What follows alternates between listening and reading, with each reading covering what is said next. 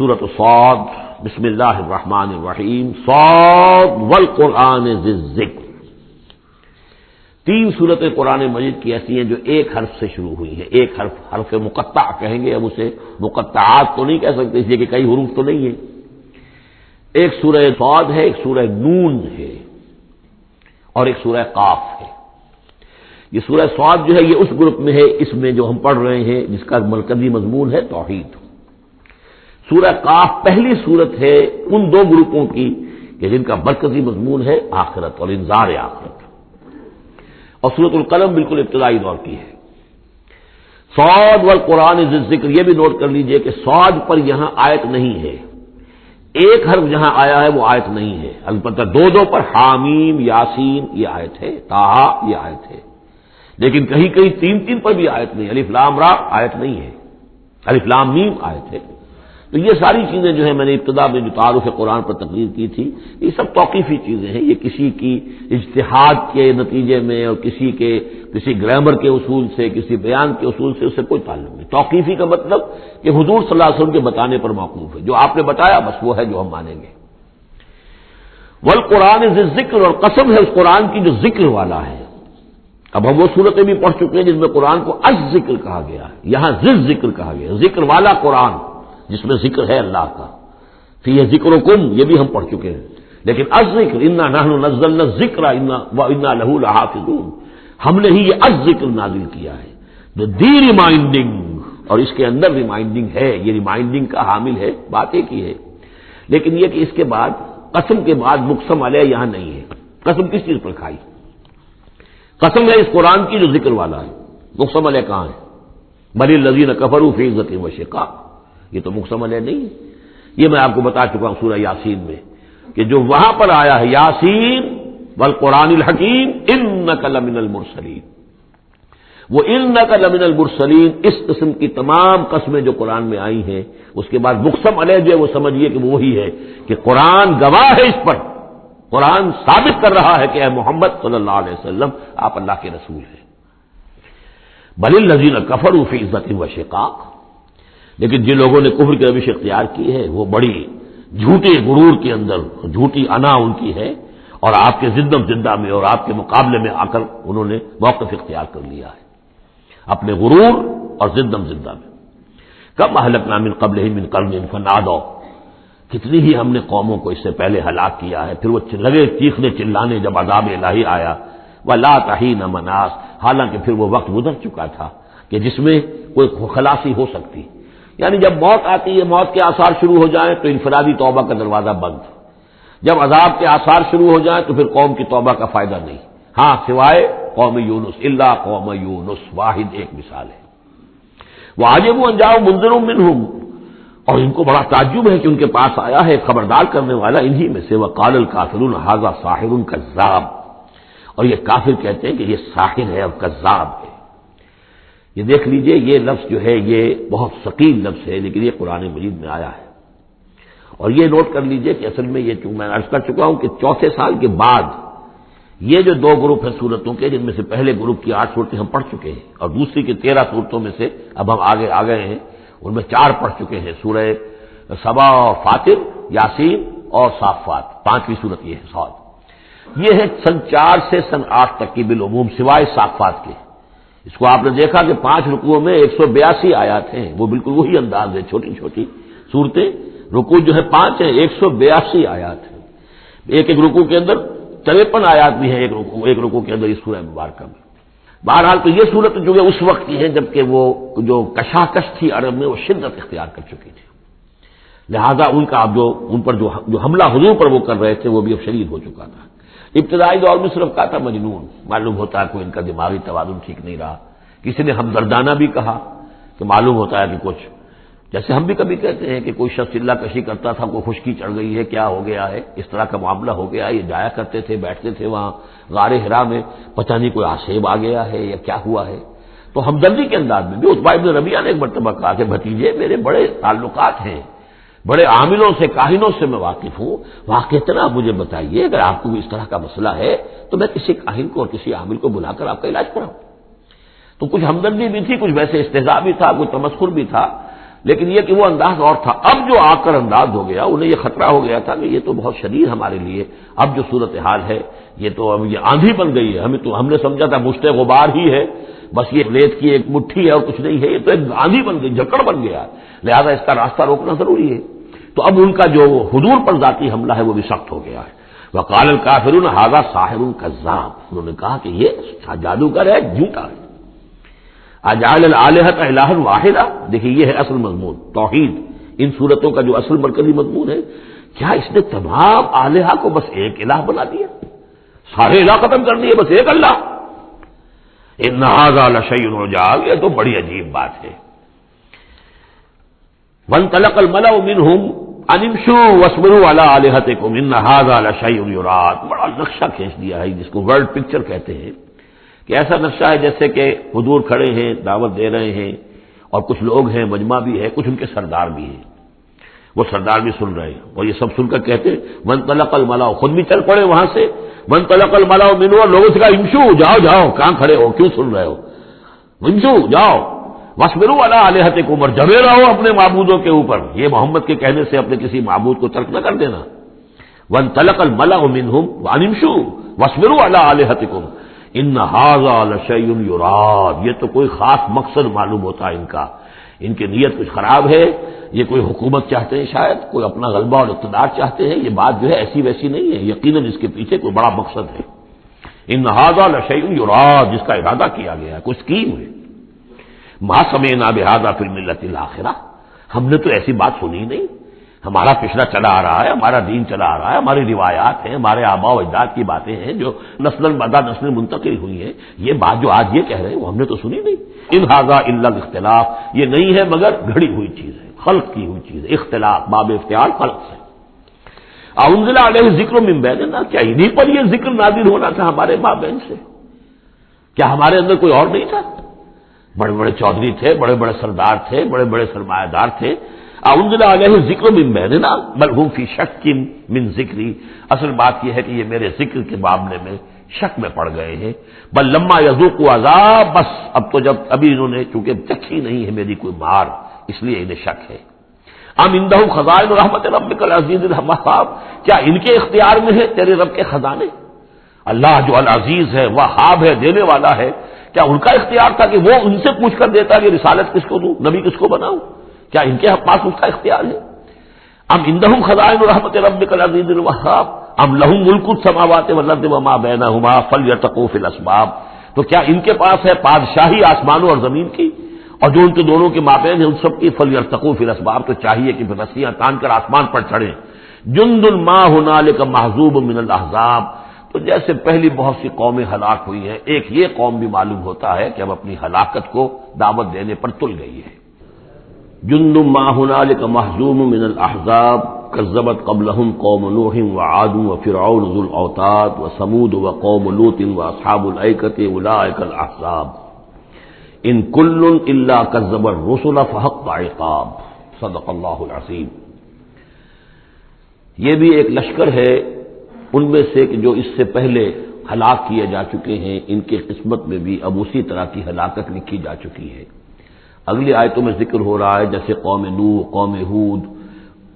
اسی طریقے سے ذو الاوتاد، فرعون، سمود اور قوم لوط، یہ سب ہلاک ہوئی ہیں. اسی طرح سے اب یہ قریش بھی جو ہے معلوم ہوتا ہے کہ اسی انجام سے دوچار ہونے کا فیصلہ کر چکے ہیں. کذبت قبلہم قوم نوح، جھٹلایا تھا ان سے پہلے قوم نوح نے اور عاد نے، وعاد وفرعون، اور فرعون ذو الاوتاد میخوں والا، کیونکہ ان کا لشکر بہت بڑا تھا. تو جب وہ لاؤ لشکر کے ساتھ چلتے تھے تو بہت سے گھوڑوں پر اور خچروں پر تو صرف وہ جو کھوٹے ہوتے ہیں کہ جن سے کہ خیمے گاڑے جاتے ہیں اس کے لیے، تو وہی لدے ہوئے ہوتے تھے. وہ سمود اور قوم سمود، وہ قوم لوط، لوط کی قوم، وہ اصحاب الایکہ، اور یہ قوم شعیب جو بن والے تھے. اولئک الاحزاب، یہ ہیں وہ جماعتیں، یہ ہیں وہ گروہ، یہ ہیں وہ قومیں کہ جو ہلاک ہو چکی ہیں. ان کل الا کذب الرسل، ان سب نے رسولوں کی تکذیب کی. فحق عقاب، تو وہ میرے سزا کے اور میری عقوبت کے مستحق ہو گئے. وما ينظر هؤلاء الا صيحة واحدة ما لها من فواق، اور یہ لوگ بھی اب منتظر نہیں ہیں مگر صرف ایک چنگھاڑ کے، ایک ہی چنگھاڑ ہوگی ہماری طرف سے. ما لہا من فواق، جس میں کوئی وقفہ نہیں ہوگا، یہ ایک مسلسل، آپ دیکھیں کہ اگر کوئی زوردار آواز مسلسل چلے تو یہ انسان کی ہلاکت کا ذریعہ بن جائے گی۔ کبھی کبھی لاؤڈ سپیکر میں خرابی ہوتی ہے، اس کی گونج پیدا ہوتی ہے، بسا اوقات نماز کے دوران اس کا تجربہ ہوتا ہے، تو جو کیفیت پھر ہو جاتی ہے انسان کی، حالانکہ وہ چند سیکنڈز کی بات ہے، 1-2 منٹ کی بات ہے، لیکن اگر زوردار آواز مسلسل چلے، ویسے بھی آج ہمیں معلوم ہے کہ یہ ساؤنڈ ویوز جو ہوتی ہیں یہ بھی ایک قسم کی انرجی ہے، اور ان ساؤنڈ ویوز کے ذریعے سے بھی یہ سارے کا سارا جو نظام ہے درم برم ہو سکتا ہے۔ یہ اگر اتنی زوردار ویوز ہو تو ان سب کو توڑ پھوڑ کر رکھ دیں گے جو مادی یہ اس وقت عالم ہے۔ وما ينظر هؤلاء، بس اللہ تعالیٰ کو کوئی اور بہت بڑا کوئی کام کرنے کی ضرورت نہیں ہوتی قوموں کو ہلاک کرنے کے لیے، ایک چنگھاڑ، وما ينظر هؤلاء الا صيحة واحدة ما لها من فواق، لیکن وہ رکے گی نہیں، بیچ میں دم نہیں لے گی، مسلسل۔ وقالوا ربنا عجل لنا قطنا قبل يوم الحساب، اور وہ کہہ رہے ہیں، اور یہ وہ استہزاء کہا کرتے تھے کہ پروردگار یہ جو محمد کہہ رہا ہے صلی اللہ علیہ وسلم کہ ہمارا کوئی حساب کتاب ہونا ہے، تو جو ہماری بیلنس شیٹ ہے وہ ہمیں ابھی دے دے، یوم الحساب سے پہلے ہمیں تو ابھی وہ ہمارا بتا دے کہ کیا ہماری بیلنس شیٹ ہے۔ قطنا، چٹھی ہماری، پچھلے زمانے میں جو چٹھے بنتے تھے، کاروبار کا سالانہ چٹھا بنتا ہے کہ یہ آمد، یہ خرچ اور یہ بچت۔ ربنا عجل لنا، جلدی دے دے ہمیں، لنا قطنا، ہماری چٹھی، ہمارا کریڈٹ اور ڈیبٹ بیلنس جو ہے بیلنس شیٹ دے دے، قبل یوم الحساب، اس یوم الحساب سے پہلے۔ اصبر علی ما یقولون، اے محمد صلی اللہ علیہ وسلم آپ صبر کیجئے جو کچھ یہ کہہ رہے ہیں۔ واذکر عبدنا داؤد، اور آپ تو ذرا تذکرہ کیجئے ہمارے بندے داؤد کا، ذل ایڈ، جو بڑی قوت والا تھا، انہ اواب، اور ساتھ ہی وہ بہت ہی رجوع کرنے والا تھا اللہ کی جناب میں۔ انا سخرنا الجبال معه، ہم نے تو اس کے ساتھ پہاڑوں کو مسخر کر دیا تھا، یسبحن بالعشی والاشراق، جو اس کے ساتھ ہی تسبیح کرتے تھے اس کی آواز میں آواز ملا کر، شام کو بھی اور صبح کے وقت بھی۔ والطیر محشورا، اور پرندے بھی کہ جو جمع کر دیے جاتے تھے یہ ان کے ساتھ مل کر حمد کے ترانے الاپتے تھے۔ کل لہ اواب، یہ سب کے سب اللہ کی طرف رجوع کرتے تھے، یا یہ کہ یہ سب کے سب رجوع کرتے تھے حضرت داؤد کی طرف، اور پھر داؤد جو ہے وہ گویا کہ ان سب کے ساتھ اللہ کی جناب رجوع کرتے تھے۔ وشددنا ملکہ وآتیناہ الحکمۃ وفصل الخطاب، اور ہم نے اس کی جو حکومت تھی اسے خوب مضبوط کیا تھا، اور ہم نے اسے حکمت عطا کی تھی اور فصل الخطاب بھی عطا کیا تھا، یعنی فیصلہ کن بات کہنے کی صلاحیت، ایسی بات کہی جائے جس سے کہ لوگ سب مطمئن ہو جائیں کہ ہاں یہ بات ٹھیک ہے، فیصلہ کن بات ہو، دو ٹوک ہو، اور یہ کہ سب کے لیے موجب اطمینان ہو۔ وَهَلْ أَتَاكَ نَبَأُ الْخَصْمِ، اب یہ جو 3-4 واقعات اس صورت میں آ رہے ہیں یہ مشکلات القرآن میں سے ہیں۔ اس کی وجہ یہ ہے کہ یہ ہیں واقعات، لیکن ان کی یہاں پہ صرف اشارے کنائے میں قرآن نے تذکرہ کیا ہے۔ ان کی تفصیل کے لیے اگر ہم رجوع کرتے ہیں تورات کی طرف تو وہاں ہمیں کچھ قصے ایسے ملتے ہیں کہ جو انبیاء کی شان سے پوری طرح مطابقت نہیں رکھتے، لہذا ایک بہت ہی یوں سمجھیے کہ ایک ہمارے لیے شش و پنج کا مسئلہ ہے کہ مفسرین واقعہ تو اس طرح کا ہے، معلوم ہوتا ہے کہ کہیں کو خطا ہوئی ہے اور ہو جاتا ہے، آخر نبی اور رسول جو ہے وہ بھی سب اللہ کے بندے تھے، اور اللہ تعالیٰ کی طرف سے خصوصی حفاظت ان کی ہوتی تھی، وہ معصوم ہوتے تھے بئی معنی، یہ نہیں کہ ان کے اندر کوئی غلطی کا رجحان ہی کبھی پیدا نہیں ہو سکتا تھا، وہ تو اگر یہ رجحان ہی پیدا نہ ہوتا تو فرشتے ہوتے، پھر وہ انسان نہ رہتے، جب تک وہ انسان تھے تو اس رجحان کے پیدا ہونے کی نفی ہم نہیں کر سکتے، لیکن یہ کہ اللہ انہیں بچا لیتا تھا، روک لیتا تھا، تو وقت کے اوپر بچا لینا، روک لینا، جیسے حضور کے بارے میں آتا ہے کہ آپ اپنی وہ نوجوانی کے دور میں حضور فرماتے کہ 2 مرتبہ میں نے ارادہ کیا کہ وہ جو میلے ہوتے تھے جہاں پر کچھ وہ قصے کہانیاں ہوتی تھیں، وہاں پر فوش گوئی بھی ہوتی تھی، شاعر جو ہے وہ ایسے ایسے اپنے قصیدے سناتے تھے، اپنے معاشقوں کی تفاصیل بیان کرتے تھے، تو 2 مرتبہ حضور کہتے ہیں میں نے ارادہ کیا کہ میں بھی ان میں جاؤں، دیکھوں کیا ہوتا ہے، وہاں پہ میں بھی شریک ہوں، لیکن دونوں مرتبہ یہ ہوا کہ فاصلے پر ہوتا ہوگا، ظاہر بات ہے کہ عین مکے میں تو نہیں تھا وہ، تو جیسے عکاس کا بازار جو ہے وہ ذرا فاصلے پر لگتا تھا، تو راستے ہی میں کہیں تھوڑی دیر آرام کرنے کے لیے بیٹھے ہیں اور نیند آ گئی ہے، ساری رات سوتے رہے، صبح آنکھ کھلی ہے، تو اللہ تعالیٰ نے بچا لیا کہ وہاں جانے کی شکل ہی پیدا نہیں ہوئی، حالانکہ ابھی نبوت آپ کو، ویسے تو نبی پیدائشی نبی ہوتے ہیں، نبوت تو حضور فرماتے ہیں کہ مجھے مل چکی تھی جبکہ ابھی آدم کی روح جو ہے وہ ان کے جسد میں پھونکی نہیں گئی تھی، وہ آدم بین الروح والجسد،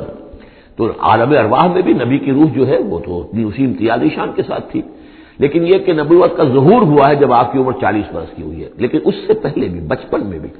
اور لڑکپن میں بھی، اور اس کے بعد آگے جو ہے جوانی اور نوجوانی میں بھی اللہ پوری طرح حفاظت کرتا ہے۔ لیکن حفاظت کا مطلب یہی ہے کہ کوئی غلط بات کا ارادہ اگر پیدا ہو بھی جائے کسی وجہ سے، تو اللہ تعالیٰ ایسے انتظامات کر دیتا ہے کہ اس کی تکمیل کی نوبت نہیں آتی۔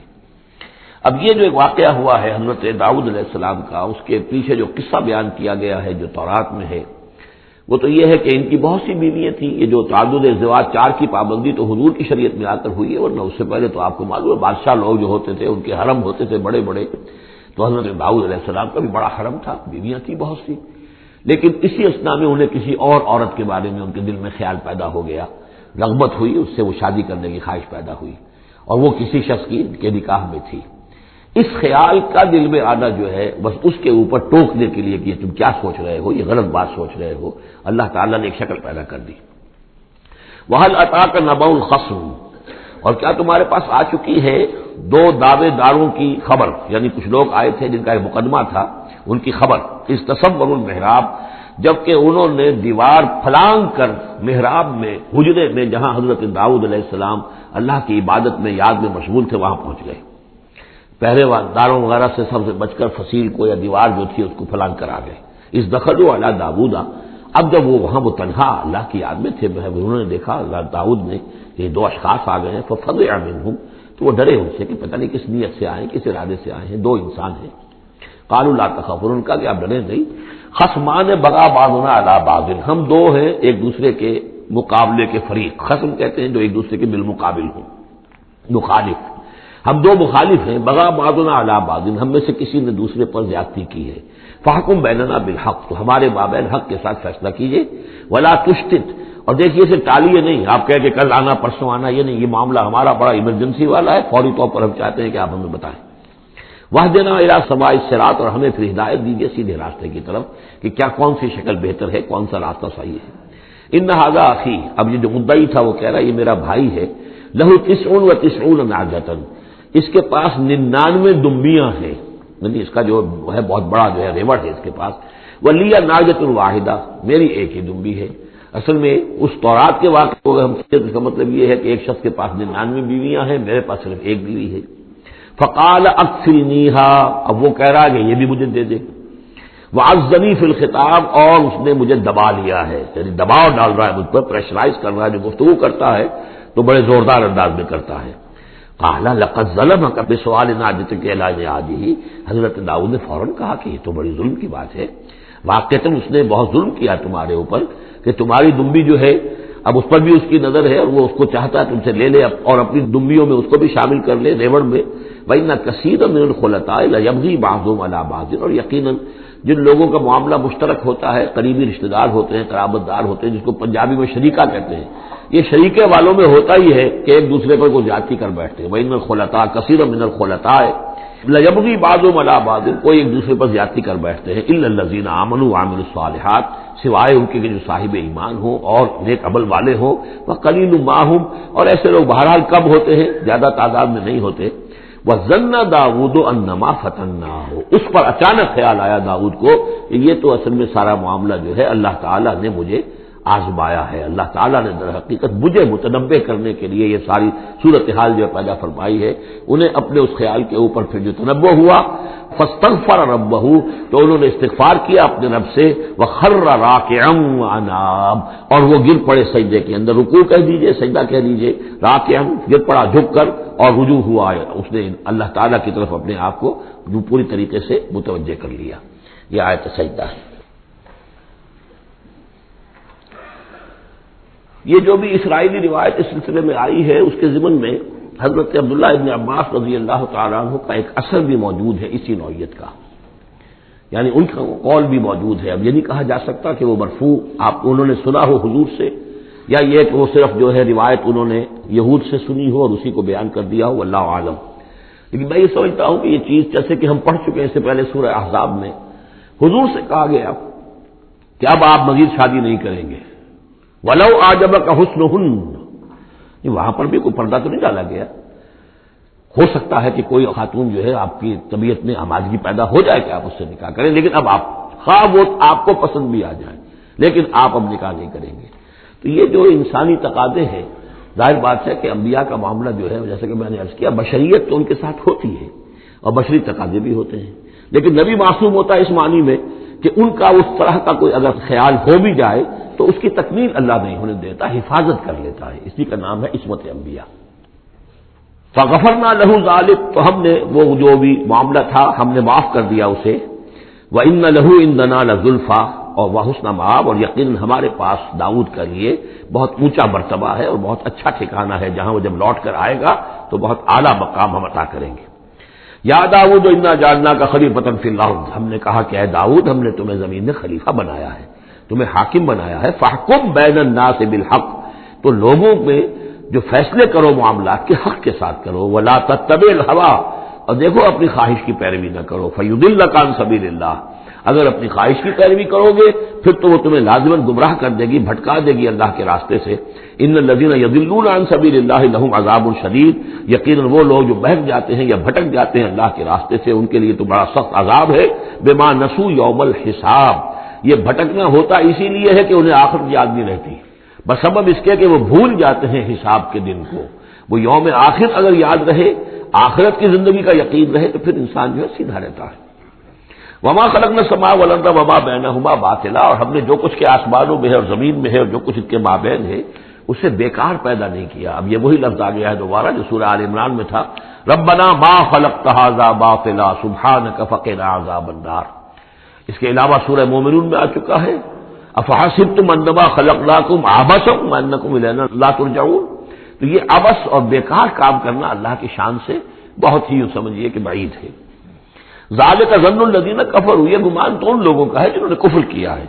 فویل للذین کفروا من النار، تو ہلاکت اور بربادی اور تباہی ہے ان کافروں کے لیے آگ کی. ام نجعل الذین آمنوا وعملوا الصالحات کالمفسدین فی الارض، ذرا یہ سوچیں کیا ہم ان لوگوں کو جو ایمان لائے اور جنہوں نے نیک عمل کیے بنا دیں گے ویسا جیسا کہ وہ لوگ ہیں کہ جنہوں نے زمین میں فساد مچایا. یعنی یہ سوچو کہ دنیا میں کچھ لوگ ہیں نیکوکار ہیں، بھلائی کے کام کر رہے ہیں، کچھ ہیں بدماش ہیں، شریر ہیں، بد امنی پیدا کرتے ہیں، لوٹ مار کرتے ہیں، لوگوں پر ظلم کرتے ہیں. تو اگر آخرت نہ ہو تو پھر تو بڑا ظلم ہو گیا. یہ نیکوکار تو گھاٹے میں رہ گئے، بدماش ایش میں رہے، جن کے لیے کوئی اسکروپلز نہیں ہے، کوئی اصول نہیں ہے، ان کے لیے نہ دیانت ہے نہ امانت ہے، کچھ نہیں ہے. جہاں داؤ لگ جائے، جہاں ہاتھ پڑ جائے وہ حاصل کرنے کے لیے تیار ہے، اپنی تمام خواہشات کی جو ہے وہ تکمیل کرنے کے لیے ہر دم جو ہے وہ تیار ہے. دیکھتے نہیں جائز ہے کہ ناجائز ہے، تو وہ تو پھر نفع میں رہے. اگر کوئی آخرت نہیں ہے تو پھر نفع میں وہ رہے، گھاٹے میں یہ رہے. جو بیچارے بچ بچ کر چلتے ہیں، کسی کا دل نہ میں دکھا دوں، کسی کا حق نہ مار لوں، کسی پر زیادتی نہ کر بیٹھوں، میں حلال کھاؤں جائز کھاؤں، محنت سے اور سچ بولوں جھوٹ نہ بولوں، وہ تو پھر گھاٹے میں رہیں گے.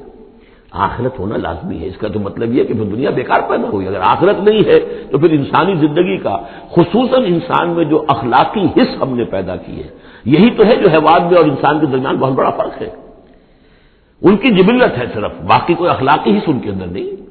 لیکن انسان کے اندر تو اخلاقی حص ہے، جبلت بھی ہے اور اخلاقی حص بھی ہے. تو اس اخلاقی حص کا نتیجہ کیا نکلا؟ الٹا نکل رہا ہے. تو نتیجہ درست ہونا چاہیے. ام نجعل الذین آمنوا وعملوا الصالحات کالمفسدین فی الارض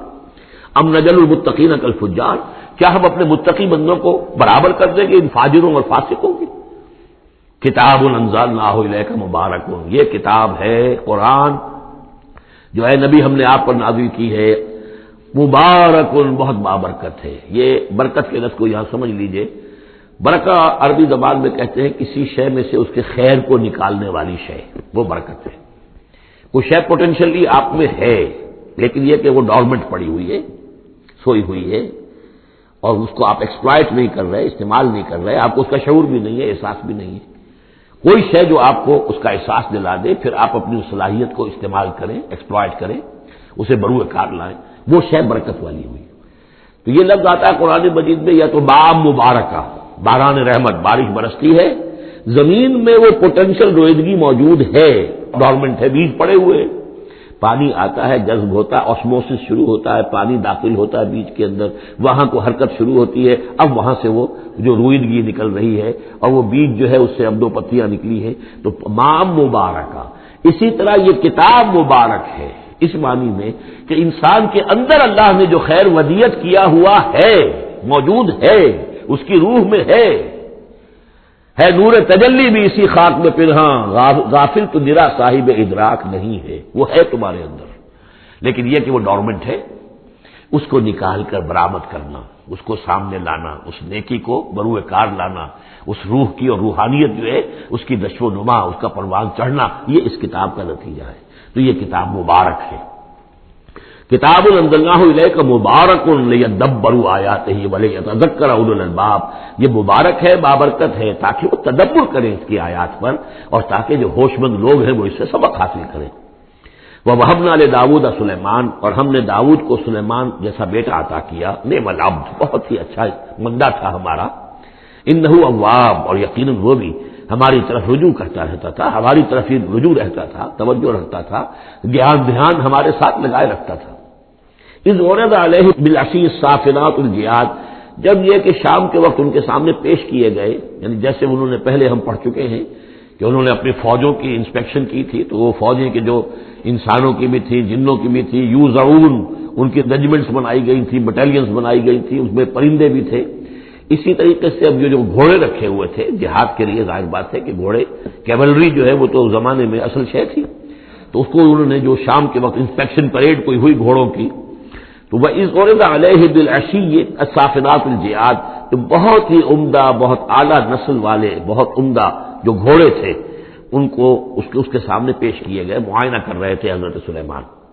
فَقَالَ إِنِّي أَحْبَبْتُ حُبَّ الْخَيْرِ عَنْ ذِكْرِ رَبِّي، ہوا یہ کہ اس میں کچھ دیر ہو گئی، شام کا وقت تھا اور سورج جو ہے وہ غروب ہو گیا، عصر کی نماز ان کی قضا ہو گئی، جیسے کہ حضور کی عصر کی ایک نماز قضا ہوئی تھی غزوہ احزاب میں، اور اس پر حضور نے لعنت فرمائی تھی پھر کفار پر کہ ان کی وجہ سے ہماری آج عصر کی نماز، اور خاص طور پر جس کو صلاۃ الوسطیٰ عام طور پر چونکہ گمان ہے، وہ آج ہماری قضا ہو گئی، تو عصر کی نماز ان کی قضا ہو گئی۔ تو انہوں نے کہا کہ مجھے یہ جو حب الخیر، یہ خیر ہے نا، یہ گھوڑے جو ہیں یہ خیر ہے، دولت ہے، ایک آدمی کی بہت اچھی جو ہے پونجی ہے، اس کی محبت میں انی احببت حب الخیر عن ذکر ربی، میں اس کی محبت میں اتنا مصروف ہو گیا، اتنا مشغول ہو گیا کہ اپنے رب کا ذکر جو ہے وہ بھول گیا۔ حتیٰ توارت الشمس بالحجاب، یہاں گویا کہ سورج کا لفظ محذوف ہے، یہاں تک کہ سورج جو ہے وہ تو چھپ گیا، اوٹ میں آ گیا۔ ردوہا علیہ، تو اس میں انہوں نے کہا کہ ذرا واپس لاؤ ان گھوڑوں کو۔ فتفق مسم بالسوق والاعناق، تو اب وہ لگا تلوار مارنے ان کی گردنوں پر اور ان کے پیروں پر۔ اس کو سمجھنا چاہیے کہ غلبہ حال میں یہ کیفیت ہوئی، اس کی بھی تعویل کرنے کی بہت کوشش کی گئی کہ نہیں وہ تو پہنچنے کے لیے ان کی گردن گویا کہ اور ان کو چوم چاٹ رہے ہیں، تو انہوں نے جو ہاتھ چلائے تھے ان کی گردن اور جو ان کے پاؤں، جیسے کہ آدمی جب گھوڑا بہت اعلیٰ نسل کا ہو تو آپ ہاتھ پھیرتے ہیں اس کے اوپر، تو اس سے ایک اپنائیت کا احساس اس کے اندر بھی پیدا ہوتا ہے۔ تو یہ جو نہیں، یہ بات نہیں ہے، بات سیدھی وہی ہے کہ جو یعنی خام خواہ اس میں ضرورت نہیں ہے، جیسے کہ غلبہ حال کسی وقت ہو جاتا ہے، خام خواہ تعبیر کی کیا ضرورت ہے۔ جیسے حضرت عمر کا معاملہ ہو گیا تھا کہ غزوہ احد میں تلوار پھینک کر بیٹھ گئے، جب محمد ہی قتل ہو گئے صلی اللہ علیہ وسلم، تو اب اور کس کے لیے لڑنا ہے؟ حالانکہ لڑنا تو اللہ کے لیے تھا، محمد کے لیے اتنی لڑنا تھا، لیکن ایک طرح کی طبیعت ہوتی ہے ایک وقت میں احساسات اور جذبات کا ایسا غلبہ ہو جاتا ہے، وہی غلبہ ان پر ہوا ہے حضور کے انتقال کے وقت، وہ بھی تلوار کھینچ کے بیٹھ گئے تھے کہ جو شخص کہے گا کہ محمد کا انتقال ہو گیا گردن اڑا دوں گا۔ وہ تو پھر حضرت ابو بکر آئے ہیں، انہوں نے پھر آ کے خطبہ دیا ہے، اور خطبے میں وہ آیت بھی پڑھی ہے وما محمد الا رسول قد خلت من قبلہ الرسل افإن مات أو قتل انقلبتم على أعقابكم، اور ساتھ ہی پھر انہوں نے یہ خطبہ دیا کہ من کان یعبد محمدا فإن محمدا قد مات ومن کان یعبد اللہ فإن اللہ حی لا يموت۔ کوئی شخص اگر محمد کو پوجتا تھا، محمد کی عبادت کرتا تھا، تو سن لے محمد کا انتقال ہو گیا، اور جو کوئی اللہ کو پوجتا تھا اور اللہ کی بندگی کرتا تھا اس کو جان لینا چاہیے اللہ پر کبھی موت واقع نہیں ہوگی، وہ زندہ رہنے والا ہے۔ تو یہ غلبہ حال کی ایک کیفیت ہے کہ اسی کیفیت میں کہ میری یہ نماز جو ہے یہ چھوٹ گئی ہے۔ بہرحال یہ دونوں میں نے آپ کے سامنے رکھ دیے ہیں۔ وَلَقَدْ فَتَنَّا سُلَيْمَانَ وَأَلْقَيْنَا عَلَى كُرْسِيِّهِ جَسَدًا ثُمَّ أَنَابَ، اس معاملے میں تو ایک جو ہے یعنی مرفوع حدیث موجود ہے جس کا کہ اب ذکر ہو رہا ہے یہاں پر، حضرت سلیمان سے ایک اور بھی ایک موقع پر اسی طریقے کا کہ یہ خطا کہہ دیجیے، جیسے کہ خطا حضور سے ہو گئی تھی، سورہ کہف میں ہم پڑھ چکے ہیں کہ جب سوال کیا گیا بتائیے کون ہیں اصحاب کہف، کون تھے، ان کا واقعہ کیا ہے، اور وہ ذوالقرنین کون، آپ کہتے ٹھیک ہے میں کل بتا دوں گا، اس لیے کہ روزانہ حضرت جبرائیل آتے تھے، میں پوچھ لوں گا اور مجھے جواب مل جائے گا، میں تمہیں دے دوں گا، لیکن کئی دن تک حضرت جبرائیل نہیں آئے۔ اب پھر دیکھیے کہ آپ کی جان جو ہے وہ ضیق میں آ گئی کہ نہیں آ گئی؟ لوگوں نے تالیاں پیٹ دی، بس چھٹی گم ہو گئی، کہاں اب تمہاری وہ وحی اور کہاں تمہارے پاس وہ ذریعہ علم؟ اس کے بعد پھر وحی نازل ہوئی تو ساتھ ہی وہ آیت بھی سورہ کہف میں نازل ہوئی، وَلَا تَقُولَنَّ لِشَيْءٍ إِنِّي فَاعِلٌ ذَلِكَ غَدًا إِلَّا أَن يَشَاءَ اللَّهُ، آئندہ کبھی اے نبی کسی بھی کام کے بارے میں کبھی ہرگز یہ نہ کہیے گا یہ کام میں کل کر دوں گا مگر اس استثناء کے ساتھ اگر اللہ نے چاہا، انشاءاللہ، اگر انشاءاللہ میرا ارادہ ہے انشاءاللہ میں یہ کام کر دوں گا، انشاءاللہ کے بغیر۔ ہم لوگ جو کہتے رہتے ہیں تو ہماری کوئی حیثیت نہیں ہے کہ اس پر پکڑا جائے ہمیں، لیکن جو بڑے لوگ ہوتے ہیں، جو عظیم شخصیات ہوتی ہیں، تو ان کے لیے یہ معاملہ جو ہے وہ اتنا ہی سخت ہوتا ہے اللہ کا، پھر ان کی گرفت بھی ہوتی ہے تو چھوٹی چیز پر ہوتی ہے، بڑے لوگوں کی چھوٹی چیز پر بھی بڑی سخت گرفت ہوتی ہے، یہ قاعدہ قانون ہے۔ تو اسی طرح کا معاملہ انشاءاللہ ہی کہنے کا معاملہ ہو گیا ہے کہ جو بھول گئے یا کسی وجہ سے حضرت سلیمان کا اصل میں ان کا کوئی معاملہ ہوا، اپنے کچھ سپہ سالاروں سے ناراض ہوئے ان سے، اور انہوں نے سمجھا کہ شاید تم یہ سمجھتے ہو کہ میری جو طاقت اور حکومت ہے وہ تمہارے ہی بل پر قائم ہے، میں آج اپنی تمام ازواج کے پاس جاؤں گا اور ان سب سے میں صحبت کروں گا اور سب سے جو ہے وہ اولاد ہوگی اور میرے اتنے جو ہیں وہ جوان ہاتھ پھر پیدا ہو جائیں گے تاکہ یہ کہ میں تمہارا شاید اتنا پھر میں دستے نگر نہ رہوں۔ اس طرح سے انہوں نے کچھ کہا اور ساری اس ایک رات میں اپنی تمام بیویوں کے ساتھ انہوں نے صحبت کی، لیکن یہ کسی بیوی کو حمل نہیں ہوا، ایک کو ہوا تو اس کا بھی کوئی بچہ جو ہے ادھورا سا، وہ 7 ماسا ہوگا 6 ماسا ہوگا، وہ پیدا ہوا، دائی نے لا کر ان کے تخت پر رکھ دیا، اور شاید اس کا چرچا بھی ہو گیا تھا کہ انہوں نے یہ بات کہی تھی، تو اب پورے گویا کے درباریوں میں بھی اس کی شہرت تھی کہ دیکھیں اب کیا ہوتا ہے ان کے ساتھ، تو اس معاملے میں انہیں کچھ سبکی اٹھانی پڑی، وہ ہے واقعہ یہاں بیان ہو رہا ہے۔ وَلَقَدْ فَتَنَّا سُلَيْمَانَ، اور اسی طرح ہم نے فتنے میں ڈالا تھا سلیمان کو، وَأَلْقَيْنَا عَلَىٰ كُرْسِيِّهِ جَسَدًا ثُمَّ أَنَابَ، اور ہم نے اس کے تخت پر ایک ایسا جسد لا کر لوتھڑا سا ڈال دیا تھا، وہ دائی نے لا کر ڈالا کہ یہ وہ آپ کی جو تھی قسم، اس کا یہ نتیجہ ہے اللہ کی طرف سے۔ لیکن یہ کہ بہرحال انہوں نے اس پر بھی توبہ کی، بلکہ یہاں تک روایت میں آتا ہے کہ فرشتے نے یاد بھی دلانے کی کوشش کی انہیں کہ انشاءاللہ کہیے، لیکن کیا اس وقت کیا کیفیت تھی ان کی جذباتی کہ انہوں نے وہ بات نہیں کہی، اور اس پر پھر اللہ تعالیٰ نے گویا کہ تنبیہ کرنا ضروری سمجھا۔ قال رب اغفر لی وہب لی ملکا، اب اس پر انہوں نے اللہ سے اناب رجوع کیا اور دعا کی پروردگار مجھے معاف فرما دے میری خطا، وہب لی ملکا لا ينبغی لأحد من بعدی، اور مجھے ایسی حکومت عطا فرما، تیرا جو مجھ پر کرم ہے اور میرے والد پر جو کرم تو نے کیا، جو ہم دونوں پر احسانات کیے ہیں، یہ دعا ہم پڑھ چکے ہیں، رب اعوذنی ان اشکر نعمتک التی انعمت علی وعلی والدی وان اعمل صالحا، یہ حضرت سلیمان کی دعا پہلے آ چکی ہے۔ وَهَبْ لِي مُلْكًا لَا يَنبَغِي لِأَحَدٍ مِّن بَعْدِي، مجھے ایسی حکومت عطا فرما کہ جو میرے بعد کسی اور کے لیے ممکن نہ ہو۔ اور یہ واقعہ ہے کہ ان کی جو حکومت تھی وہ جنات پر بھی تھی، ان کی حکومت ہوا پر بھی تھی، ان کا قانون پرندوں پر بھی چل رہا ہے، اس اعتبار سے واقعتاً یہ مثالی ہے ایک معاملہ، لا ينبغی لأحد من بعدی، میرے بعد پھر کسی اور کو اس طرح کی حکومت نہ ملے، تو اس طرح کی حکومت پھر اللہ تعالیٰ نے کسی اور کو نہیں دی، اللہ نے ان کی اس دعا کو قبول فرمایا۔ انک انت الوہاب، یقیناً تو ہی ہے دینے والا عطا کرنے والا۔ فسخرنا له الریح تجری بامرہ رخاء حیث اصاب، تو ہم نے ہوا کو بھی اس کے لیے مسخر کر دیا، اس کے حکم پر وہ چلتی تھی، اس کے حکم سے چلتی تھی بڑی ہی نرمی اور آہستگی کے ساتھ جہاں بھی وہ پہنچنا چاہتا تھا، یعنی ہوا کی ڈائریکشن بھی ان کے اختیار میں، اور وہ ہوا جو ہے پھر ان کے سفینوں کو لے کر سمندروں کے اندر بھی جدھر وہ جانا چاہتے تھے وہ آرام کے ساتھ لے کر جاتی تھی۔ وشیاطین کل بناء وغواص، اور ہم نے مسخر کر دیے تھے اس کے لیے وہ شیاطین یعنی جنات، کل بناء جو سب کے سب بنانے والے تھے، عمارتوں کے بنا، بنا کہتے ہیں معمار کو۔ حسن البنا شہید رحمۃ اللہ علیہ، ان کا خاندانی پیشہ جو ہے وہ معمار خاندان سے تھے،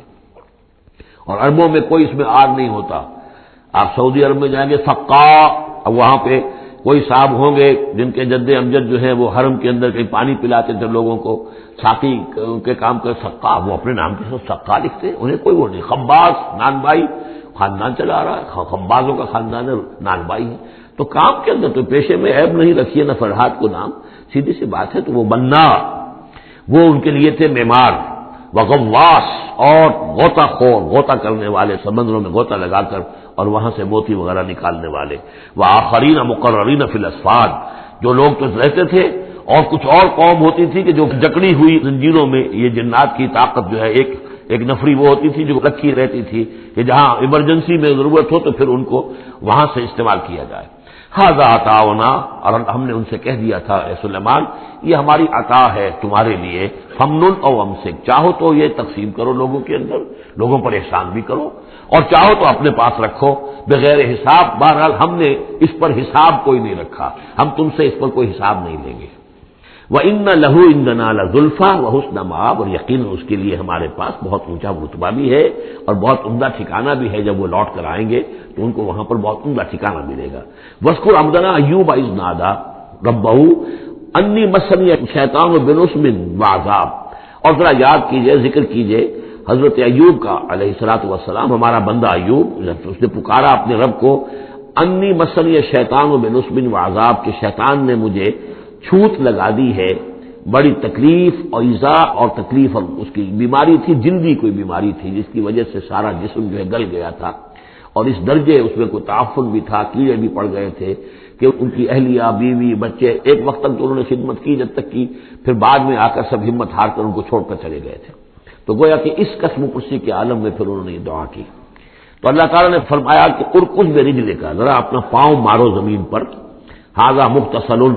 یہ اب تمہارے اس ایڑی کے زور سے جو چشمہ ہم نے نکال بہایا ہے یہ تمہارے نہانے کے لیے ہے، بارد و شراب، ٹھنڈا ہے اور پینے کے لیے بھی ہے. تو شاید جس کو ہم کہتے ہیں گندھک کا کوئی چشمہ نکل آیا ہو، جو کہ جلدی امراض کے لیے چشمے ہوتے ہیں جہاں جاتے ہیں لوگ، جلدی امراض کے لوگ جا کر وہاں جا کر نہاتے ہیں تو اس سے شفا ہوتی ہے. تو اللہ نے اس کے اندر وہ شفا ان کے لیے رکھ دی، وہ ٹھیک ہو گئے. وَوَهَبْنَا لَهُ أَهْلَهُ وَمِثْلَهُم مَّعَهُمْ، اب پھر ان کی اولاد بھی اور ان کی اہل و عیال سب واپس بھی آ گئے، اور یہ کہ مزید بھی ہم نے انہیں اور اہل و عیال عطا کیے. مثلہم معہم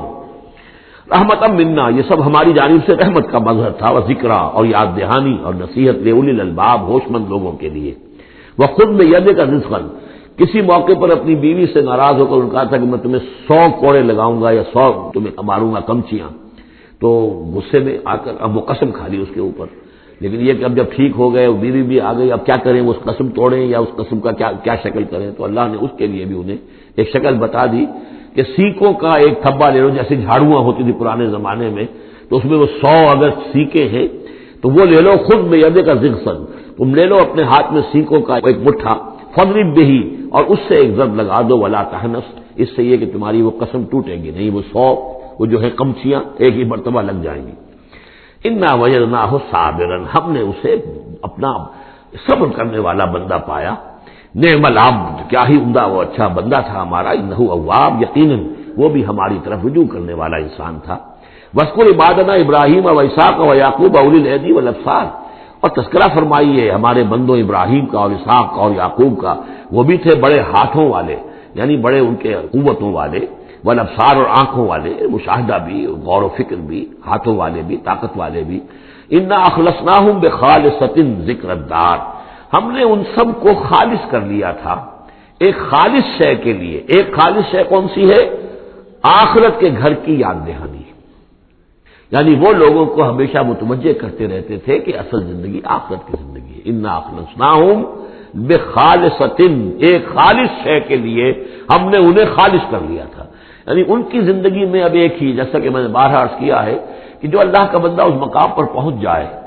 پھر واقعہ یہ ہے کہ اسے دنیا کی دولت سے دلچسپی نہیں، دنیا کی کسی اور دوسری چیز کی طرف رغبت نہیں. اس کے وقت کا، اس کا ایک ایک منٹ، اس کی توانائی جو بھی اللہ نے اس کو دی ہے، اس کا خون کا ایک ایک قطرہ وقف ہو جاتا ہے پھر اس کام کے لیے کہ خلق خدا کو خدا کی طرف بلائے، اللہ کی طرف بلائے، اور انہیں بچائے آخرت کے انجام سے، برے انجام سے. اس کے سوا کیا ہو؟ جیسے ہمارے شیخ معین الدین اجمیری رحمۃ اللہ علیہ، وہ آئے تھے ہندوستان میں، اگر اس وقت آ کر بیٹھے ہیں اجمیر میں، جبکہ اجمیر ابھی جو ہے وہ کفر کا گڑھ تھا، راجپوتوں کا مرکزی مقام. اس لیے کہ شیخ علی اجمیری جو لاہور میں ہیں، جن کو داتا گنج بخش کہتے ہیں، وہ تو اس وقت آئے ہیں لاہور میں جبکہ لاہور اسلامی حکومت میں شامل ہو چکا تھا. لیکن یہ معین الدین اجمیری، کیونکہ ابھی تک مسلمانوں کی حکومت وہاں تک نہیں پہنچی تھی، جو سمجھیے اجمیر جو ہے وہ تو راجپوتوں کا گڑھ، اور اس میں جو ہے وہاں جا کر بیٹھ کے اللہ کا بندہ اور دعوت دے رہا ہے. اور کاروبار تو وہ کرنے نہیں آئے تھے وہ، بلکہ یہ کہ اللہ کی طرف بلانا. تو اس کے لیے ہم نے خالص کر لیا تھا. جو بھی اللہ کا بندہ اپنے آپ کو اس کے لیے خالص کر لے، وہ گویا کہ اللہ تعالیٰ کے مصطفین میں سے ہو جاتا ہے. وہ لفظ آ بھی آ رہا ہے. انا اخلصناہم بخالصۃ ذکر الدار وانہم عندنا لمن المصطفین الاخیار، اور یقیناً وہ ہمارے نزدیک وہ بڑے چنے ہوئے لوگ ہیں، اچھے لوگوں میں سے، نیک لوگوں میں سے چنے ہوئے لوگ، چنیدہ لوگ۔ جو شخص اپنی زندگی کا ہدف اسی کو بنا لے، مقصد اسی کو بنا لے، جینا مرنا اسی کے لیے ہو جائے، تو ظاہر بات ہے کہ اللہ تعالیٰ کے یہاں پر اس کا اونچا مقام ہے۔ وَاذْكُرْ اسماعیل والیسع وذکر کے فلور ذکر کیجئے اسماعیل کا بھی اور یسع۔ اب ان کے بارے میں صحیح طور پہ ہم کچھ نہیں کہہ سکتے، یہ دو جو ہیں یسع اور ذوالکفل کے بارے میں تو میں عرض کر چکا ہوں کہ ایک گمان یہ ہے اور مجھے اس سے اتفاق ہے کہ یہ گوتم بدھ کی طرف اشارہ ہے، وہ اللہ کے نبی تھے۔ ذوالکفل پے یہاں پے سے بدل گیا ہے، کپل وستو کا شہزادہ، سدھارتھا گوتما بدھا۔ بدھا تو اصل میں اس کا لقب ہے جو بعد میں بن گیا ہے، سدھارت اس کا نام تھا، سدھارتھا گوتما بدھا، اور کپل وستو کی ریاست تھی، اس کا یہ شہزادہ تھا۔ وَكُلٌّ مِّنَ الْأَخْيَارِ، یہ سب کے سب بھی بڑے ہی عمدہ لوگوں میں سے تھے۔ ھذا ذکر، یہ ایک ذکر ہے، یہ ایک تذکرہ ہے۔ وَإِنَّ لِلْمُتَّقِينَ لَحُسْنَ مآب، اور یقیناً ان متقین کے لیے، تمام متقین کے لیے بہت ہی اچھی جگہ ہے لوٹنے کی، آنے کی، اچھا ٹھکانہ ہے۔ جنات عدن، وہ باغات کے جو رہنے والے ہوں گے، ریزیڈنشل ہوں گے، بسنے والے، مفتحۃ لہم الابواب، جن کے دروازے ان کے لیے کھلے رکھے گئے ہوں گے۔ یہ آگے بھی آئے گا سورہ زمر میں بھی کہ جنتوں کا معاملہ یہ ہے کہ اس کے دروازے کھلے ہوں گے جنتیوں کے استقبال کے لیے، جیسے کہ مہمان کے لیے جب آپ کو ان کا استقبال کرنا ہو تو یہ تو نہیں کرتے دروازے بند کر کے بیٹھ جائیں کہ وہ آ کے دستک ہی دے گا تبھی کھولیں گے، اس کا تو انتظار ہو رہا ہوتا ہے، تو دروازے کھلے ہوتے ہیں۔ لیکن جہنم کے بارے میں یہ آتا ہے کہ جب مجرم پہنچ جائے گا، جیسے جیل کا دروازہ ہوتا ہے، جب وہاں پہنچ جائے گا پھر وہ دروازے کھولے جائیں گے۔ یہ مضمون جو ہے سائملٹینیس کنٹراسٹ کی شکل میں جو ہے وہ آئے گا سورہ زمر میں۔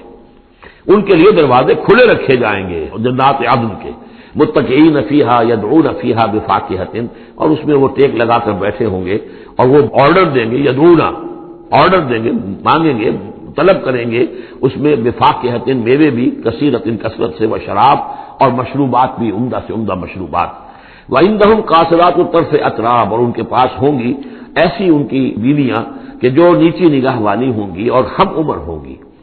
ھذا ما توعدون لیوم الحساب، یہ ہے جس کا تم سے وعدہ کیا جا رہا ہے حساب کے دن۔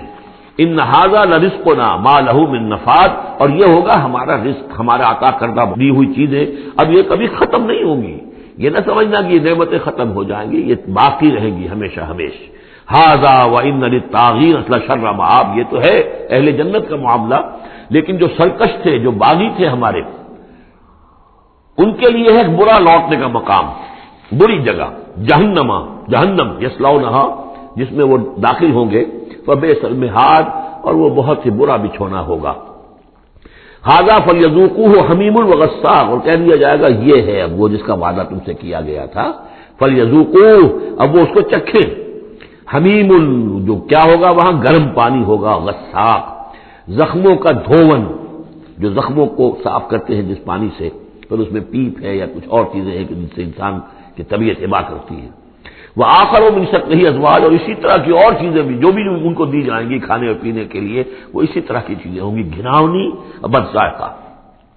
ھذا فوج مقتحم معکم، اب وہ جو جہنم میں جو لوگ پڑے ہوئے پہلے سے، جب ایک قوم آئی پھر دوسری آئی، جو نئی قوم آئے گی تو پہلے والے جو ہے وہ کہیں گے اب تو پہلے یہاں مصیبت میں ہے، جگہ بھی یہاں نہیں ہے، تنگی ہے، حبس بھی ہے، یہ بھی ہے، اب یہ ایک اور چلی آ رہی ہے فوج۔ ھذا فوج مقتحم معکم، ایک اور فوج آ رہی ہے کہ جو تمہارے اوپر دھسی چلی آ رہی ہے۔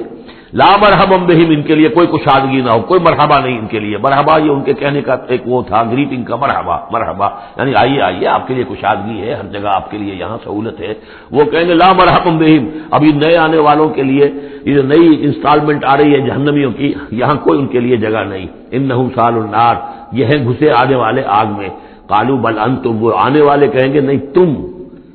لا مرحبا بکم، تمہارے لیے نہ ہو کوئی کشادگی، تمہارے لیے کوئی مرحبا نہ ہو۔ انتم قدمتموہ لنا فبئس القرار، یہ تو تم لوگ ہو جنہوں نے یہ سارا سامان ہمارے لیے فراہم کیا ہے، تم ہم سے پہلی نسل ہو، تم نے وہ سارے جو ہے غلط طور طریقے ایجاد کیے تھے، تم نے وہ عقائد جو ہے وہ ہمیں سکھائے تھے، ہم تو تمہارے کرتوتوں کی وجہ سے، تمہاری پیروی کرنے کی وجہ سے یہاں تمہارے اس جہنم میں آئے ہیں۔ بل انتم قدمتموہ لنا فبئس القرار، تو یہ بہت ہی بری جگہ ہے رہنے کی، ٹھہرنے کی۔ قالوا ربنا من قدم لنا هذا فزده عذابا ضعفا في النار، اور وہ کہیں گے پروردگار جن لوگوں نے ہمارے لیے یہ چیزیں کی اور ہمیں ان راستوں پر ڈالا، ان کو تو اور عذاب دے، اضافہ کر ان کے عذاب میں، ضعفاً دگنا عذاب آگ کا۔ وقالوا ما لنا لا نرى رجالا كنا نعدهم من الاشرار، وہ کہیں گے یہ کیا بات ہے، ہم یہاں آپ لوگوں کے ساتھ کچھ لوگ تھے جنہیں ہم سمجھتے تھے بڑے گھٹیا لوگ، ان کی کوئی حیثیت نہیں تھی، کمی کاری لوگ تھے، وہ محمد پر ایمان لے آئے تھے صلی اللہ علیہ وسلم، وہ ہم تو ان کو استہزائی کرتے رہے، وہ یہاں نظر نہیں آ رہے آپ کے پاس، ظاہر بات ہے وہ تو جنت میں گئے، وہ یہاں تھوڑا ہی ہوں گے۔ وما لنا لا نرى رجالا، اور کیا ہوا ہے کہ ہم نہیں دیکھ رہے ان لوگوں کو، وہ یہاں نظر نہیں آ رہے کہ جن کو ہم كنا نعدهم من الاشرار، جنہیں ہم برے لوگ سمجھتے تھے، اتخذناهم سخریا، کیا ہم نے ان کو صرف ایسے ہی جو ہے ایک یعنی ہنسی ٹھٹا بنا لیا تھا، ام زاغت عنہم الابصار، یا ہماری نگاہیں جو ہیں ان سے کج ہو گئی ہیں، دیکھ نہیں پا رہی ہیں، ہم انہیں دیکھ نہیں پا رہے، ہماری نگاہیں جو ہیں ان سے چوک رہی ہیں۔ ان ذالک لحق تخاصم اہل النار، تمہیں یقین رکھنا چاہیے کہ یہ سب کچھ جو ہم بیان کر رہے ہیں حق ہے، یہی جھگڑا اور ان جہنمیوں کے مابین یہی تکرار ہوگی۔ قل انما انا منذر، کہہ دیجئے نبی کہ میں تو بس ایک منذر ہوں، خبردار کرنے والا۔ وما من الہ الا اللہ الواحد القہار، نہیں ہے کوئی الہ معبود سوائے ایک اللہ کے جو الواحد ہے، اکیلا ہے اور قہار ہے، پوری طرح چھایا ہوا ہے۔ رب السماوات والارض وما بینہما العزیز الغفار، وہ آسمانوں اور زمین کا رب ہے، مالک ہے، اور جو کچھ ان کے مابین ہے اس کا بھی العزیز ہے، زبردست، اور الغفار ہے، بخشنے والا۔ قل هو نبأ عظیم، اے نبی کہہ دیجئے یہ ایک بہت بڑی خبر ہے جو محمد لے کر آئے ہیں صلی اللہ علیہ وسلم۔ یہ وہی لفظ ہے کہ اس سے آخری پارہ شروع ہوتا ہے، اما یتساءلون عن النبأ العظیم الذی هم فیہ مختلفون کلا سیعلمون ثم کلا سیعلمون ھذا نبأ قل هو نبأ عظیم انتم عنہ معرضون، اور تم اس سے اعراض کر رہے ہو، بہت بڑی خبر ہے تمہارے لیے یہ بہت ہی فیصلہ کن بات ہے،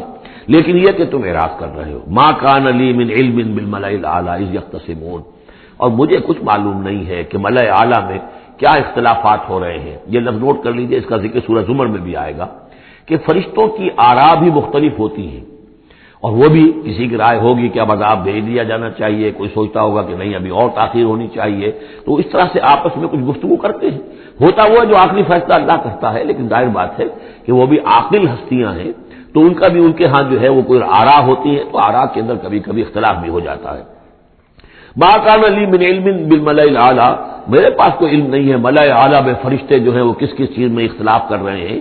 ان یوحی الی الا انما انا نذیر مبین، مجھے تو بس یہ میری طرف وحی کیا گیا ہے کہ میں ہوں صرف واضح طور پر خبردار کر دینے والا۔ اذ قال ربک للملائکۃ انی خالق بشرا من طین، اب مصحف میں یہ آخری اور 7ویں مرتبہ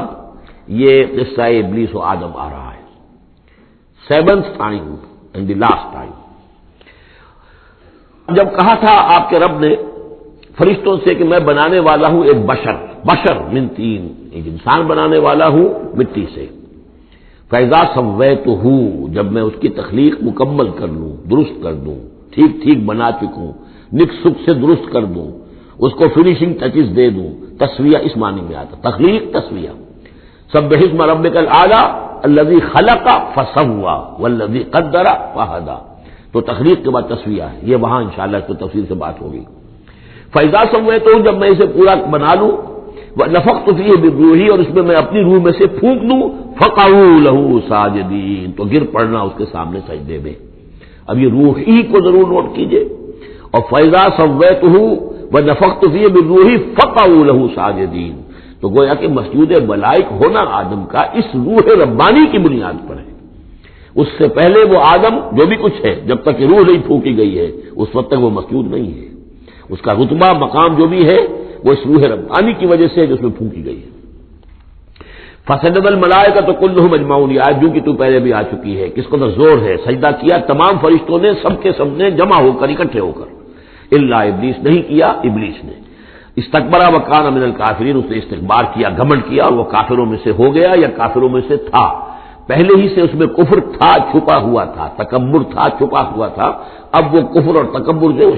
وہ سامنے آ گیا، جیسے منافقین کا نفاق غزوہ احزاب کے موقع پر ان کی زبانوں پر آ گیا۔ قال یا ابلیس ما منعک ان تسجد لما خلقت بیدی، اور کہا اللہ نے اے ابلیس کیا ہوا تجھے، کس چیز نے منع کیا، کس چیز نے روکا کہ تو سجدہ نہ کرے اس کو جسے میں نے اپنے دونوں ہاتھوں سے بنایا ہے۔ اب یہ یدیہ جو ہے یہ خاص طور پر قابل غور ہے، دونوں ہاتھوں سے بنانے سے کیا مراد ہے؟ یا تو قرآن میں ایدی بھی آتا ہے، اپنے ہاتھوں سے، ایدی نہ، تو وہ تقریر جو ہم نے ان کے لیے جو بنائے ہیں، چوپائے بنائے، اپنے ہاتھوں سے بنائے ہیں، ہم لہا مالکون، یہ سورہ یاسین میں آ چکی ہے۔ لیکن دونوں ہاتھوں سے بنانا میرے نزدیک اس کا مطلب یہ ہے کہ دو عالم جو ہے، عالم خلق اور عالم امر، ان دونوں کو اللہ نے جمع کیا ہے آدم میں اور انسان میں۔ ایک ہی ہستی ہے اللہ، الا لہ الخلق والامر، خلق اور امر دونوں اسی کے ہیں، یہ دونوں عالم اسی کے تسلط میں ہے، اسی کی حکومت قائم ہے، امر پر بھی، عالم امر اور عالم خلق پر بھی۔ اب فرشتہ صرف عالم خلق سے متعلق ہے، اس کا اس عالم امر سے متعلق ہے، اس کا کوئی وہ حیوانی جسد نہیں ہے، اس کی کوئی بھوک نہیں ہے، اس کو کوئی پیاس نہیں ہے، اس میں کوئی نر اور مادہ نہیں ہے، ان کے کوئی جنسی جذبہ کچھ نہیں، عالم امر کی شے۔ باقی یہ جنات ہیں، ان کے اندر یہ سارا عالم خلق کی شے، ان میں روح کا سوال ہی نہیں۔ باقی جتنے بھی حیوانات ہیں ارضی، یہ عالم خلق کی شے ہے۔ انسان واحد مخلوق ہے اللہ کی، جس میں پھر دونوں چیزیں آ کر جمع ہوئی ہیں کہ عالم خلق سے ہے اس کا حیوانی وجود، یہ جسم جو بنا ہے، اس مٹی سے بنا ہے، اور لیکن اس کے اندر اللہ نے لا کر وہ امانت جو ہے عالم امر کی روح، وہ جو ہے اس کے اندر پھونکی ہے۔ انا عرضنا الامانۃ علی السماوات والارض والجبال فابین ان یحملنها واشفقن منها وحملها الانسان، اس میں بھی میں یہ بات عرض کر چکا ہوں۔ تو خلقتہ بیدی، میں نے اپنے دونوں ہاتھوں سے بنایا اسے۔ اب اس کو استعارے میں بھی لیا گیا ہے، اس معنی میں کہ بڑے اہتمام سے بنایا، میں نے دونوں ہاتھوں سے بنایا ہے، تو اشرف المخلوقات ہے۔ وہ بات بھی صحیح ہے کہ اللہ تعالیٰ کی کریشن کا کلائمیکس، اللہ تعالیٰ کی یوں سمجھیے کہ اس کی کلائمیکس جو ہے، نقطہ عروج جو ہے اس کی تخلیق کا، وہ انسان ہے۔ قال یا ابلیس ما منعک ان تسجد لما خلقت بیدی استکبرت ام کنت من العالین، کیا تم نے غرور کیا، استکبار کیا، یا تو ہے ہی بہت بڑے درجے میں تھا، کوئی تیرا درجہ بہت بلند تھا؟ قال انا خیر من، اس نے کہا صحیح ہے بات، اے اللہ میں اس سے بہتر ہوں۔ اس کے سامنے روح ہے ہی نہیں، اس کے سامنے صرف آدم کا جسد خاکی ہے، حیوانی ہے، تو جھوٹ نہیں کہہ رہا اس کے اعتبار سے، اس کے مشاہدے کے اعتبار سے بات صحیح ہے کہ یہ تو مجھ سے کم تر ہے۔ خلقتنی من نار وخلقتہ من طین، مجھے تو نے بنایا آگ سے، اس کو بنایا مٹی سے۔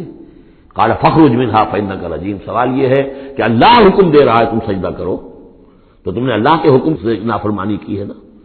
فاخرج منها، نکل جاؤ یہاں سے، فانک رجیم، تم مردود ہو گئے ہو، وان علیک لعنتی الی یوم الدین، اور اب تم پر آخرت کے دن تک، اگلے جزا و سزا والے دن تک تم پر لعنت رہے گی، میری لعنت۔ قال رب فانظرنی الی یوم یبعثون، اس نے کہا کہ پروردگار پھر مجھے ذرا مہلت دے اس دن تک جب کہ یہ دوبارہ اٹھائے جائیں گے، آدم اور اس کی نسل پوری کی پوری۔ قال فإنک من المنظرین، اللہ تعالیٰ نے اسی استحقار کے اندر ٹھیک ہے جاؤ، تمہیں یہ دی گئی مہلت جو تم نے مانگا ہے، گرانٹڈ۔ الی یوم الوقت المعلوم، اس وقت کے دن تک جو معلوم ہے، طے شدہ ہے، یوم یبعثون جب آنا ہے، اس وقت تک کے لیے تمہیں مہلت دے دی گئی۔ قال فبعزتک لأغوینہم اجمعین، اب اس نے کہا جب تو نے مجھے مہلت دے دی ہے تو اے اللہ تیری عزت کی قسم، تیرے اقتدار اور اختیار کی قسم، میں ان سب کو گمراہ کر کے رہوں گا، الا عبادک منہم المخلصین، سوائے اس میں سے تیرے وہ بندے جنہیں تو خود اپنا بنا لے، مخلص، مخلص نہیں، مخلص۔ قال فالحق والحق اقول، اب حق ہے اور میں تو کہتا ہی حق ہوں، میری ہر بات حق ہوتی ہے۔ لَأَمْلَأَنَّ جَهَنَّمَ مِنْكَ وَمِمَّنْ تَبِعَكَ مِنْهُمْ أَجْمَعِينَ، تو میں بھی بھر دوں گا پھر جہنم کو تجھ سے، اور جو بھی ان میں سے تیری پیروی کریں گے ان سب سے جہنم کو بھر کر رہوں گا۔ قُلْ مَا أَسْأَلُكُمْ عَلَيْهِ مِنْ أَجْرٍ، اب یہ بات بتا کے اب حضور سے کہا جا رہا ہے نبی کہیے میں نے تم سے اس پر کوئی اجرت تو نہیں مانگی، میں تمہیں یہ خبریں سنا رہا ہوں، غیب کی وحی جو مجھے آ رہی ہے وہ سنا رہا ہوں، ازل کے جو واقعات ہیں جو اس وقت ہوئے تھے اس وہ باتیں بتا رہا ہوں، تو میں نے تو اس پر کوئی تم سے اجرت نہیں مانگی، تم سے کوئی انعام طلب نہیں کیا۔ قُلْ مَا أَسْأَلُكُمْ عَلَيْهِ مِنْ أَجْرٍ وَمَا أَنَا مِنَ الْمُتَكَلِّفِينَ، اور یہ بھی تم جانتے ہو، اچھی طرح جانتے ہو، قَدْ لَبِثْتُ فِيكُمْ عُمُرًا، میں تمہارے مابین ایک عمر گزار چکا، میں متکلف نہیں ہوں۔ متکلف کون ہے؟ تکلف کرنے والا۔ اب تکلف ہر اعتبار سے ہوتا ہے، ایک جیسے ہم جسے کہتے ہیں ایک شاعر ہوتا ہے فطری شاعر، اور ایک متشاعر ہوتا ہے۔ وہ شاعر اس فطری نہیں ہوتا، وہ بڑی محنت کرتا ہے، جوڑ توڑ کے کچھ سیکھتا ہے، عروج سیکھتا ہے، یہ سیکھتا ہے، وہ الفاظ کا ذخیرہ جو ہے جوڑتا ہے، پھر وہ کچھ شعر کہتا ہے، وہ تکلف کے ساتھ شعر کہنا۔ ایک ہے جسے آپ کہتے ہیں آمد، اور ایک وہ ہے کہ آورد، بڑی محنت سے مشقت سے کوئی آپ نے کمپوز کیا ہے۔ تو میری زندگی میں تم نے تکلف کا کوئی شائبہ دیکھا ہی نہیں آج تک۔ سادہ زندگی، خاص طور پر یہ کہ کبھی میں نے شعر کہنے کی کوشش کی ہو، کبھی میں نے کوئی خود خطیب بننے کی کوشش کی ہو، اس کی کوئی مشق کی ہو، ما انا من المتکلفین، میں کوئی بنانے والا اور تکلف کرنے والا اور تصنع کرنے والا نہیں ہوں۔ ان ہوا الا ذکر للعالمین، نہیں ہے یہ مگر یاد دہانی اور نصیحت تمام جہان والوں کے لیے۔ وَلَتَعْلَمُنَّ نَبَأَهُ بَعْدَ حِينٍ، اور اس کی جو خبر ہے، جو اس کا نتیجہ نکلنے والا ہے، جیسے سورۃ طارق میں فرمایا انہ لقول فصل وما هو بالهزل، یہ فیصلہ کن بات بن کر آیا ہے قرآن۔ اب جو فیصلہ، جیسے کہ ہم سورہ بنی اسرائیل میں پڑھ چکے ہیں، وبالحق انزلناہ وبالحق نزل، ہم نے حق کے ساتھ نازل کیا اور حق کے ساتھ یہ نازل ہوا ہے۔ اب فیصلہ ہوگا، اسی کی ترازو میں قوموں کی تقدیریں تلیں گی اور فیصلے ہوں گے۔ جیسے کہ حدیث ہے حضرت عمر بن الخطاب سے رضی اللہ تعالی عنہ کہ حضور نے فرمایا ان اللہ یرفع بہذا الکتاب اقواما ویضع بہ آخرین، اللہ تعالیٰ اسی کتاب کی بدولت قوموں کو عروج پر پہنچائے گا اور اسی کو ترک کرنے کی وجہ سے قعر مذلت میں گرا دے گا۔ تو فرمایا وَلَتَعْلَمُنَّ نَبَأَهُ بَعْدَ حِينٍ، کچھ دیر کے بعد اس کی اصل خبر ان کو پہنچ جائے گی کہ اس کا نتیجہ کیا نکلتا ہے۔ یہاں وہ 5 صورتیں ختم ہو گئی ہیں اس دوسرے، بلکہ جیسا کہ میں نے عرض کیا تھا کہ یہ جو گروپ ہے چوتھا، یہ 13 صورتیں مکیات ہیں اس کے اندر۔ ان میں 5 ہیں یہ سورہ یاسین بالکل وسط میں، ان 5 میں 2 ادھر ہیں، دونوں الحمدللہ سے شروع ہوئی ہیں، سورہ سبا، سورہ فاتر۔ 2 ادھر ہیں، سورہ صافات اور صاد، اس میں بھی صاد آیا ہے، صافات کے ساتھ اس کی مناسبت ہے۔ اس کے بعد 8 صورتیں وہ آ رہی ہیں کہ جن کو ہم سمجھیں گے جو اس وقت کا ترتیب ہے مصحف کی، کہ کورسپونڈنگ ترتیب جو ہے وہ ہے سورہ الفرقان سے لے کر اور سورہ سجدہ تک جو 8 صورتیں آئی تھیں، گویا کہ اسی طرح کی 8 صورتیں یہ آ رہی ہیں۔ ان میں بھی 7 وہ تھیں کہ جو حروف مقطعات سے شروع ہوئی، 4 الف لام میم سے،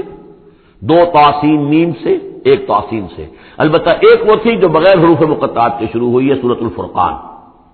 یہاں بھی یہ ایک سورت جو شروع ہو رہی ہے سورہ زمر، یہ بغیر حروف مقطعات کے ہے، باقی 7 صورتیں جو ہے حامیم حامیم حامیم حامیم، ان میں سے ایک جو ہے وہ حامیم عین سین قاف، لیکن حامیم کا سلسلہ چلے گا۔ یہ 7 صورتیں در حقیقت ایک سیکوینس میں ہیں، اور لیکن یہ بھی ہے معنوی طور پر یہ بھی اسی میں شامل ہے۔ اور ان میں سے اب یہ سمجھ لیجئے کہ جو پہلی 4 صورتیں ہیں، ان کا مرکزی مضمون ہے توحید عملی۔ ایک ہے توحید عقیدے کی توحید، اللہ کو ایک ماننا اکیلا،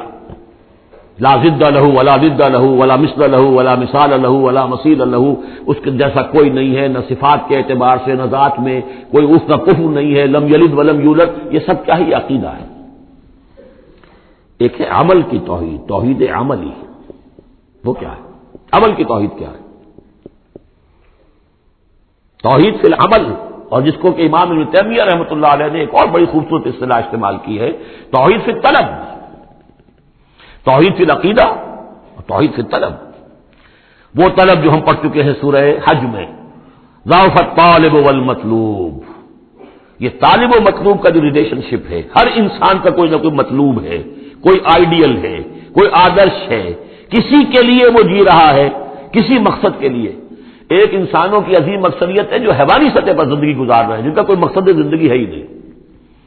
انسٹنکٹس، جیسے کہ حیوانات ہیں، پیٹ میں بھوک لگی ہے وہ کھائے گا، ادھر ادھر منہ مارے گا۔ اسی طریقے سے اس کا جنسی جذبہ، اس کا ایک نظام ہے، اس کے تحت ہی ہوتا ہے، اس میں جنسی جذبہ اس طرح کا بھی نہیں ہے کہ بعض انسان جو ہے وہ سور بن جاتے ہیں جنسی اعتبار سے، وہ نہیں ہے، ان کا ایک نظام ہے، بس انسٹنکٹ کے تحت ہے چل رہا۔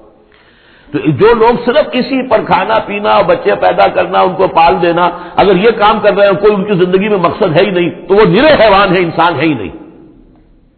اولئک کالانعام بل ھم اضل، وہ چوپایوں کے مانند ہے بلکہ ان سے بھی گئے گزرے ہیں۔ انسان کہلانے کا مستحق کم سے کم وہ شخص ہے کہ جس نے زندگی میں کوئی نہ کوئی مقصد معین کیا، کس لیے جینا ہے، کس لیے مرنا ہے، زندگی کائے کے لیے؟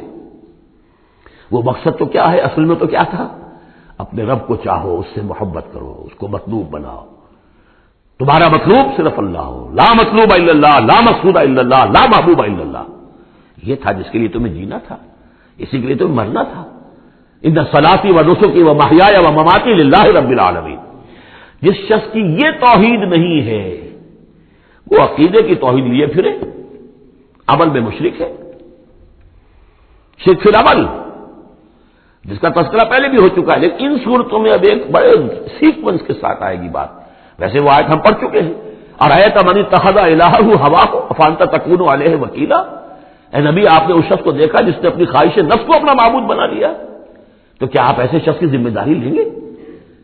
وہ کہتا تو ہے اپنے آپ کو میں موحد ہوں، اپنی خواہشات نفس، اپنے نفس کے کسی مطالبے کو پورا کر رہا ہے، یہ دیکھے بغیر کہ اللہ نے اس کو حلال کیا یا حرام کیا ہے، تو اس کا معبود تو اس کا نفس ہے، اللہ کہاں ہے؟ ہاں اللہ کے لیے بھی جا کے نماز پڑھ لیتا ہے، لیکن دوسری طرف وہ نفس کو اپنا معبود بنا کے شرک کر رہا ہے. کہتا ہے لا الہ الا اللہ، تعویذ کو وہ اس کے جو ہے باقاعدہ تسبیح کر رہا ہے، ضربے لگا رہا ہے، جبکہ اس کا معبود اس کا نفس ہے. اسی طریقے سے حدیث میں آیا تعیش عبد الدینار و عبد الدرہم، ہلاک ہو جائے یا ہلاک ہو گیا درہم و دینار کا بندہ. نام عبد الرحمان ہے، حقیقت میں عبد الدینار ہے، اس لیے کہ دینار کے لیے حلال اور حرام کی ساری اس نے تقسیم ختم کر دی ہے. ڈالر آئے، پیٹرول ڈالر آئے، کچھ اور آئے، دولت آئے، چاہے حلال سے آئے، حرام سے آئے، جائز سے آئے، ناجائز سے آئے، یہ تو پھر معبود کون ہوا؟ دولت. ہندو میں اور آپ میں فرق کیا ہے؟ ہندو نے دولت کی دیوی بھی بنا کر ایک رکھ لی ہے، وہ لکشمی بائی ہے ان کی، اس کو پوجتے ہیں، دنڈوت کرتے ہیں، اس کی کرپا ہو جائے گی تو دولت ہو جائے گی. ہم نے کہا ہٹاؤ اس تکلف کو، اس لکشمی بائی کو ہٹاؤ، سیدھے دولت کو پوجو. تو دولت کے پجاری تو ہم ہیں. یہ جو توحید ہے، توحید عملی، اس کا جو پہلا نقطہ ہے اللہ کی بندگی کی توحید، توحید فی العبادت، بندگی صرف اللہ کی ہو، یعنی کل کی کل اطاعت اس کے لیے ہو، باقی اطاعت اس کی اطاعت کے تابع ہو. باپ کا حکم مانو، ہاں، جو شریعت کے خلاف نہ ہو مانو، ماں کا مانو، استاد کا مانو، حاکم کا مانو، جو حکم اللہ کے حکم کے منافی نہ ہو. لا طاعت لمخلوق فی معصیت الخالق، مخلوق میں سے کسی کی اطاعت نہیں ہوگی جس سے کہ خالق کی معصیت لازم آ رہی ہو. اگر یہ نہیں ہے اور مخلوق میں سے کسی کی بھی اطاعت آپ نے قبول کر لی ہے جس میں کہ خالق کی معصیت آ رہی ہے تو یہ شرک ہے. چاہے وہ مخلوق آپ کا اپنا نفس ہو، چاہے وہ کوئی حکام ہو، چاہے وہ کوئی اور ادارہ ہو، کوئی بھی ہو، وہ سب طاغوت ہیں. بارک اللہ لی و لکم فی القرآن العظیم و نفعنی و ایاکم بالآیات و الذکر الحکیم.